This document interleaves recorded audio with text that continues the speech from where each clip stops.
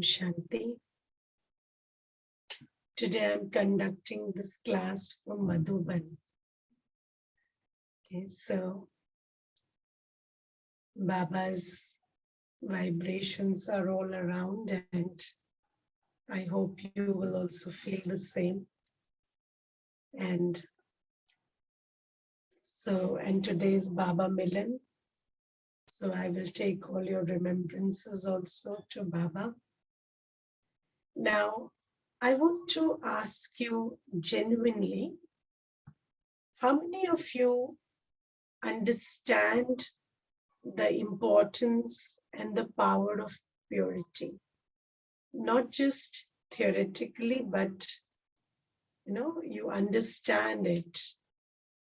So please raise your hand if you understand the importance and the power of purity. You know why I've raised this question is, first we have to understand, where do we begin in purity? So although purity is a matter of thought, word, and action, we begin in action. Okay, let me tell you one incident. So there was this person, and very nice, always smiling, always very good-natured. Yes, but I saw that as soon as his wife started talking to somebody, and he was not comfortable with that thing, so he got really badly behaved. So he started shouting and the kind of words he used, and he was very hurried to leave that place. So you see that when there is lust, then although you will generally be very well behaved, when that object of your lust is, attached, or there is an attack or a threat to it, then all those other emotions will come up. Or where there is attachment, or where there is greed or ego. So in all those places, those emotions which are lurking behind will just emerge instantly. So generally, we are all very well behaved. It's not like we kind of wake up screaming and shouting and complaining. No, it's not like that. But where there is lust, where there's anger, ego, attachment, greed, then there will be situations where our discontent, where our happiness will be lost, and where our jealousy will emerge, or will be bad behaved, or the words we will use will not be proper. And this whole sanskar is so deep that we will not be able to be even aware of it. Now that we are in Gyan, we are at least aware of how we are behaving, or we are aware of what changes come up in the face of different situations or behaviors. But otherwise, it is very difficult to be even aware of these things.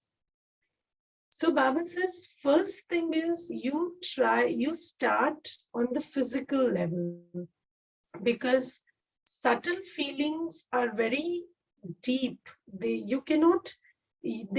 only emerge at some times. They are not even there all the time for you to see.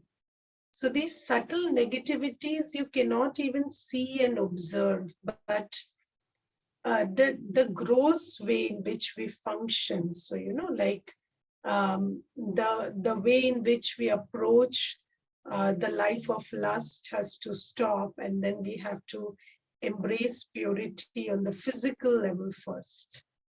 And then purity of food, because the food we eat influences our mind.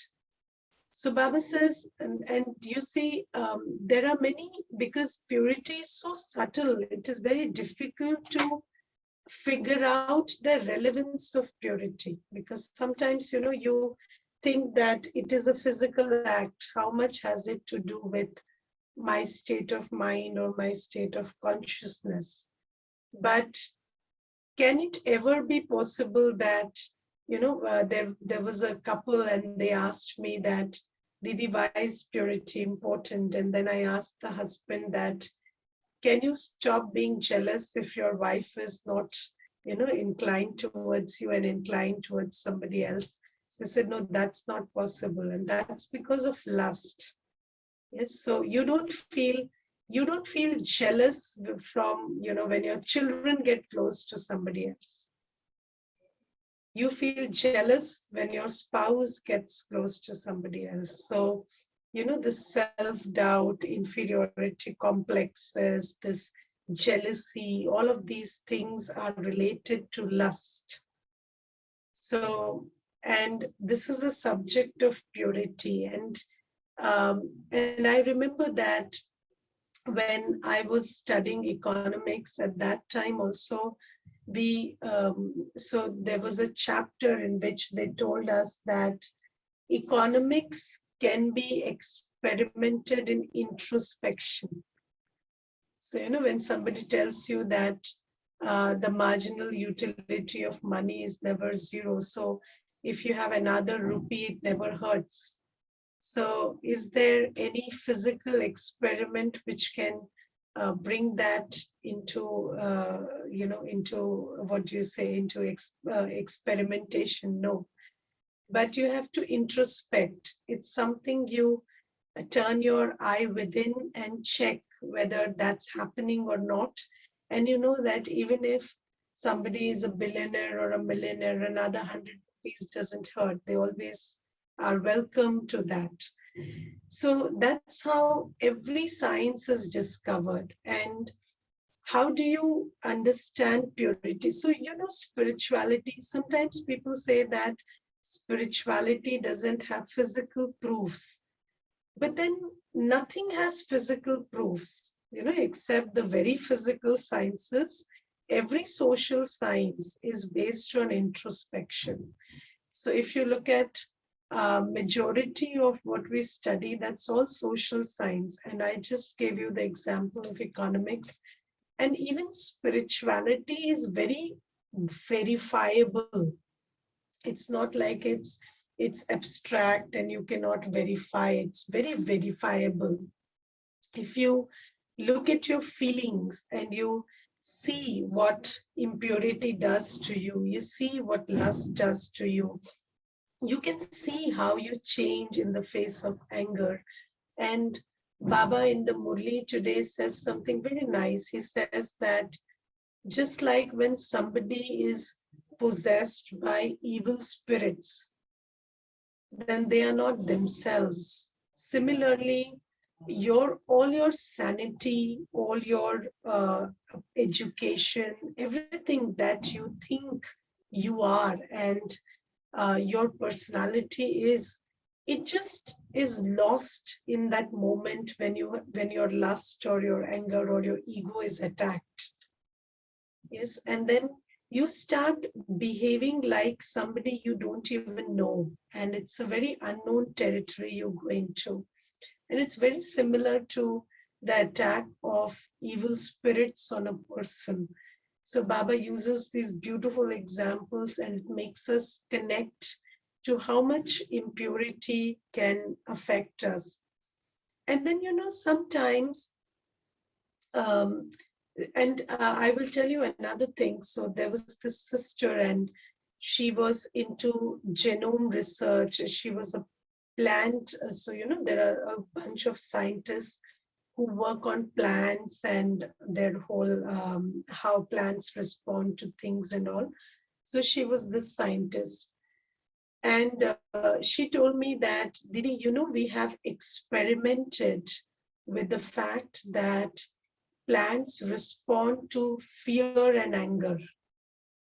So whenever there is a threat or there is a fear, even from the environment, then plants respond to it, and we have conducted experiments on that. And then I told her, So why don't you experiment whether plants respond to love or not? Because the world will not know the power of love until you conduct this experiment. And then she said, Didi, okay, I understand what you're saying, but from where do we get so much love? Because you see, creating an atmosphere of fear is easy. We know how to create that, and we are able to do that. And that's why the experiment on how plants respond to fear is very easy. But how do we create the environment for love? We don't know how to do that. So how do we experiment on whether plants respond to love or not? And ever since psychology came into known territory, so the world has known the power of negative emotions. So psychology is a relatively new field, and I think it's not more than 30, 40 years that psychology has become very, talk of the town, and everybody's talking about psychology. And for the last 100 years, experiments were being done, but then this 30, 40 years, a lot of psychology has been known. But if you look at what is known about the mind, people know the power of negative emotions a lot today. Yes, so people know how it feels to be anxious or depressed, or how stress feels like. And people are also talking about the reality of negative emotions. So, there are many people who thought that this is just a figment of your imagination if you're feeling anxious or depressed. And then psychology is making us very aware that this is not a figment of imagination, this is a reality. These emotions are real.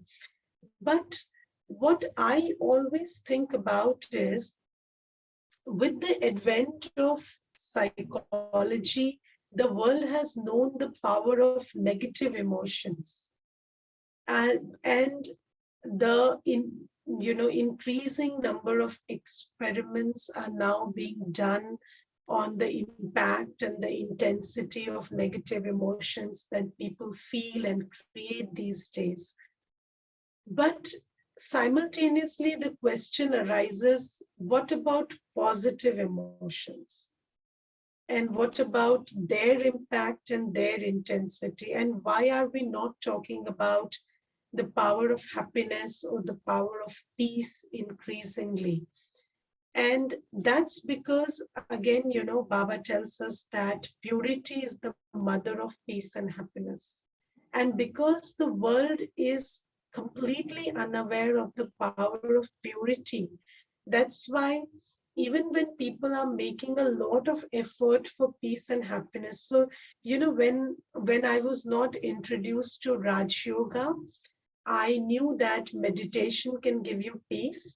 And my idea of peace was that if you sit 8 hours in silence, you will feel some amount of peace.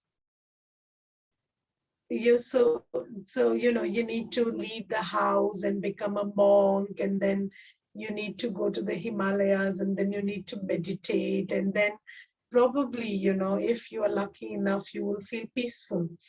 And that looked like a lot of hard work for peace. And it always made me think that, is peace really that difficult to achieve? And Baba tells us that, you see that even so, sometimes it is said that positive emotions are, so sometimes people say there is no peace, no happiness. And then if you say that there is peace, there is happiness. So if you have all the money in the world, then you'll be happy. If you go to the Himalayas, leave home, meditate, then you'll be peaceful. So happiness and peace, even if they are told that they exist, they have been made very far-fetched and very difficult to achieve. And then here is Baba. Baba tells us that happiness and peace is your birthright, but it comes with purity. And Baba says that this is the one secret that the world doesn't know. And you see that in the centers, we, or, even householders, Brahmins who live in households but are good practitioners, they know that there is an environment of peace and happiness all day. So even people who visit, they can feel that there is peace in this place and I'm able to feel it. And that peace is not a result of, leaving everything and meditating for 24 hours a day. So even in the center, sometimes I remember there was this question that somebody asked me once. So how many hours do you meditate? So how many hours can you meditate? They asked me. So they asked me, so in the way they put up the question, it meant that if I could meditate for longer hours, then I am a very good practitioner. So I said, let me tell you one thing, that our criteria of good meditation is not that you sit for longer hours, but our idea of good meditation is that you spend a little time in yoga, and then you get the, the acumen, the peace, the happiness, everything that you need so that you can function accurately in the world for a long time. So meditation is not related to, meditation shouldn't make you non-functional. So, meditation should make you active, alert. It should make you accurate. And that's what Baba teaches us. Baba doesn't tell us that meditation is a laid back activity where you become non-functional and redundant for the world. But meditation is something and when you are in a meditative state, you are a karam yogi, and all your karma becomes accurate. So Baba has told us that yog yukt means yukti yukt. That is, when you are connected to Baba, then whatever you think, speak, and do will be accurate. So this is something that Baba has told us, and Baba has told us that yoga and purity are very connected. So Baba says, I am the ocean of purity. You are a pure being. And just because you've embraced this impurity because you forgot Baba and then you became very distant from your original self. So you became impure. But as soon as you embrace purity, as soon as you embrace purity in action, in words, in thought, in food, in life, then what happens is you automatically connect with me, because when you become pure, you connect with the ocean of purity. And once you embrace purity in life and then turn your attention to me, then whatever you do on the external becomes very accurate. And if more and more Brahmins practiced purity and practiced complete purity, then I think that we would be in a position to show the world the power of purity. And it's very important that the world understands the power of purity, because enough of experimentation has been done on negative emotions, but now we need the antidote of that. So, just telling people that depression and anxiety is real, yes, it helps us to relieve people of the stigma and other things associated with it. That's another field of work. But I think that if the world doesn't know the power of purity, then there is no antidote to these negative emotions. So there is a lot of need for the world to experiment more and more with the power of purity. And in the center, when somebody comes and they question the relevance of purity, because the world has an antagonistic relationship with purity, and people dread this word purity, and they say that when you go to Brahma Kumaris, you will become brother and sister and this and that. And then, so when they come to the center, I only ask them one thing. What is it that you find here and you don't find it in the place you live? So you see, at least the center where I operate, it is very, very simple. It's not very ornamented. It's not full of a lot of stuff or anything. But people love to visit that place. And what is it that attracts you? So, your home is, and I have seen, even in summer, even if the air conditioner is not working, so people choose to leave their AC homes and come to the center and sit and listen to the Murli and do yoga. So I always ask everybody who comes, so what is it that you find missing in that home which you created, which has the best comfort, and you comfort that here? And they say that the vibration, and I tell them that it's because of purity. So how can you question something that you are feeling so deeply and so, vehemently?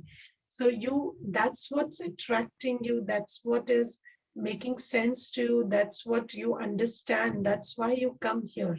So when you're coming here for the vibration, then let me tell you, the vibration is because of purity. And if we all embrace purity, then the world would vibrate at this frequency. So just think about it, 2 or 3 people embracing purity in a center, and the center feels like heaven. Or you look at Madhuban, people say this is mini heaven. So what is it in Madhuban that makes it Madhuban? It's purity. What else is there? Yes, so there are so many places in the world which people visit, but when they come to Madhuban, they say it is mini heaven. So what is heaven like in Madhuban? What is heaven like in the center? It is just purity. So just think about if everybody in the world embraced purity, and then, in not everybody, but at least the minimum required number, which is 9 lakhs. If we all embraced complete purity, then the vibration of the world will become heavenly. So this is what Baba tells us. And you see that Baba is talking about the practice of purity. And that's why there is so much, there is so much discussion and so much explanation. It's not about defending an ideology or putting forth an ideology.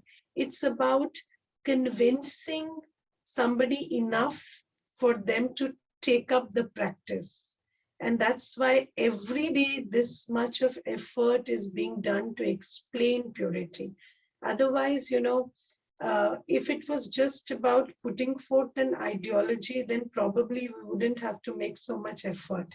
But because it has to come into execution and practice, and that's a really big area, because people do not have the strength to practice purity after all this 63 births of impure existence. So this is why Baba is so much, every day Baba is inspiring us, teaching us. What do you say? He's kind of pushing us also every day, giving us, influencing us that please embrace purity. And even if, all the children who are sitting here, I want you to think about it, and whatever impurity is there in life, just take that step of courage, because this is an impure world and there are lots of impure practices here, and embracing purity doesn't come easy. It requires a step of courage. So do the needful and practice purity. And then Baba talks about Meera today. And Baba says that, you see, Meera was a poetess, and Meera is known for many things, but Mira is known for purity, basically. So Mira drank the bowl of poison in order to protect herself from getting impure. So she said that I will drink poison, but I will not let somebody sabotage my purity. So that was Mira's greatest contribution. And it is very, and what I have observed in the world is there are many scholars who work on Mira. So Mira is a big research subject, and a lot of literary research is done on Mira. But those scholars don't focus on her USP, which was purity. So they all focus on how great her poems were, or, they talk about the culture, they talk about the literature, they talk about the purity, and they talk about the poetry, but they don't talk about the purity. So that's what Baba is today telling us, that if there is talk about Mira, and in Bhakti, Mira is felicitated, then you must make it a point to make people understand that Mira is Mira because she drank the bowl of poison for purity. And she's celebrated for that. So when you are celebrating Mira, you are celebrating purity.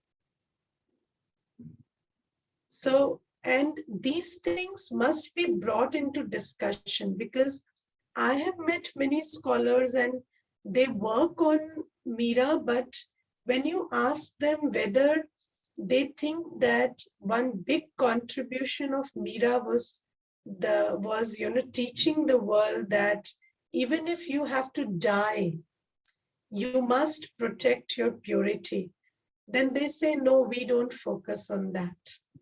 So this is how, in a Chinese whisper game, the original message gets diluted.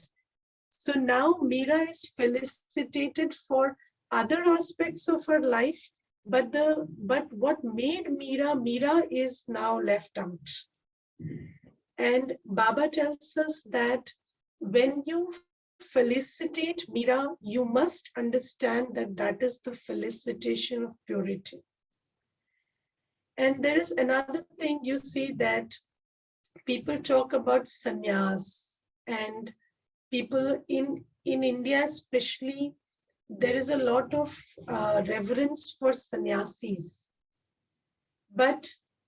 And they say that this is what the sannyasi said, or this scripture was taught by the sannyasi, so that teaching is important and the scripture is important. But why is the sannyasi called a sannyasi? Because of purity. So what makes a sannyasi sannyasi? It's the purity. So we don't learn what makes him a sannyasi. We learn all the other stuff which don't make him a sannyasi. So this is our relationship with greatness. So, we dilute the whole concept of greatness, and then we pick some crumbs and leave the main material. So Baba says today that you must understand that in the world, everybody who has been revered, and those who have been worshipped and revered, they have been worshipped and revered for purity. And if you revere the person, but you don't revere the dharana, because of which that person got that revered status, then what are you doing? You are leaving that path to greatness, and you're just felicitating that model today. But then what is the way to greatness? The way to greatness is purity. The way to peace is purity. The way to pure vibrations is purity. So the world has to understand the importance of purity. And I think because even so, sometimes talking about the world is easy, but even in the Brahmin family, I sometimes think that it's been so many years since Baba came, and you know, our seniors also have done a wonderful seva, creating the ambience in Madhuban, creating the whole yajna. But now it is for every Baba's child to embrace complete purity. And I think that only when every Baba's child takes up this responsibility, then probably we will be able to make a statement with our being about how important the power of purity is. And that's something, and I think because that day is yet to come, that's why Baba, I think every other day, Baba starts talking about purity, and Baba is still waiting for that day. And I think that people are talking a lot about meditation today, but there are very few people who have seen the power of meditation, because without the power of purity, there is no power of meditation. And people, and sometimes it breaks my heart when somebody tells me that you say that other people, they are not embracing purity, but you people have been doing it for 80 years now, and still the world has not changed. And uh, and of course, we can't tell that not everybody is doing it. But the fact is, yes, even amongst Brahmins, not everybody is doing it. And if we did it, then the world would see the power of purity, because the power of purity is you create heaven. So this world will change into a new world instantly if we all did that. And Baba says that, and I think that since now today is Baba Milan, and Baba is, of course, Baba is also waiting to go back. And Baba always says that Brahma Baba is waiting, and all the ancestor souls are waiting. And we need to do the needful. And I think that we, instead of going outwards, and because with this technology, going out has become very easy. So we have reached every corner of the world. But I think now it's the challenge is to go deep within, to that core of purity, where we will not even need to go out. The vibration will speak for itself. So this is today's Murli. And then Baba talks about being an angel. And Baba today says that an angel is somebody who doesn't have any attraction. I will read that out first. So Baba today says that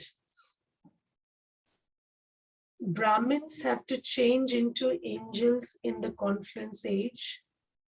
Angel means those who have no relationship with any attraction of the old world, old sanskars, and old bodies, totally free from all three. Now, what is free? Free doesn't mean that you don't have a body or no relationship or no old sanskars. So I want to focus on the old sanskars thing. So just like until the end, so until the end of confluence age, the body will be there, the relationships will be there. Similarly, until the very end, the old sanskars will also be there, right? So they will go away only when we have a new birth. So it's not like you will become ignorant of the old sanskar. The sanskar will be there. But you will not be attracted to them. And you see that when you are not attracted to something, it doesn't have an influence over you. So an angel doesn't mean that you don't have old sanskars or you don't have. So, it's not like we will stop understanding anger or ego. you know that this is ego, and you know how ego-based approach makes you behave. You know all of that, but then you have no interest in going that way, and you are not pulled by those emotions. That's an angelic stage. So Baba says that the old relationships will also be there, the old bodies will also be there, and the old sanskars will also be there. But then you don't have any relationship of attraction towards them.